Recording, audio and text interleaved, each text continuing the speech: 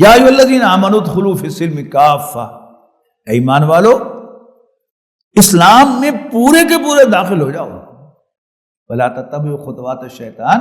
اور دیکھنا شیطان کے نقوش پا کی پیروی نہ کرنا۔ اب یہ شیطان جو ہے یہ کیا کرتا ہے کہ وہ جو میں نے آپ کو بالکل آغاز میں بتایا تھا نا کہ اس نے اللہ تعالیٰ کو چیلنج کیا تھا کہ میں آگے سے پیچھے سے دائیں سے بائیں سے انسان پر حملہ آور ہوں گا۔ اب اس کی پہلی کیا کوشش ہوتی ہے کہ اسے اللہ تعالیٰ کا انکار کرا دے، پھر کوئی اللہ کو مان لے تو پھر آخرت کا انکار کرا دے، آخرت کو مان لے تو رسالت کا انکار کرا دے۔ اچھا ایمان لے آئے کوئی تو اسے کہے کہ اب تم بخشے آئے ہو، عمل کرنے کی ضرورت نہیں ہے، کوئی نہیں عمل تو ضروری ہے، تو کہے گا اچھا بس پھر نماز روزہ حج زکوٰۃ کر لو، باقی گھر کی زندگی جیسے رواج کا ہوتا ہے وہی معاملہ ہونا چاہیے، اور کاروبار جیسے منڈی میں کاروبار ہوتے ہیں، جھوٹ سچ دھوکہ فراڈ دو نمبری اس کے ساتھ کرو، اور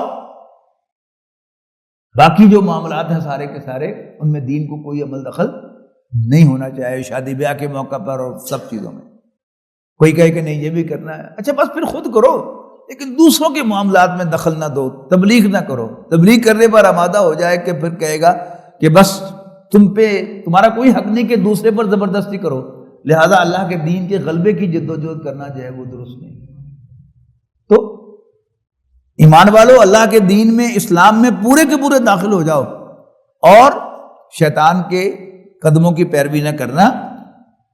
انہ لکم عدو مبین، یقیناً وہ تمہارا کھلا دشمن ہے۔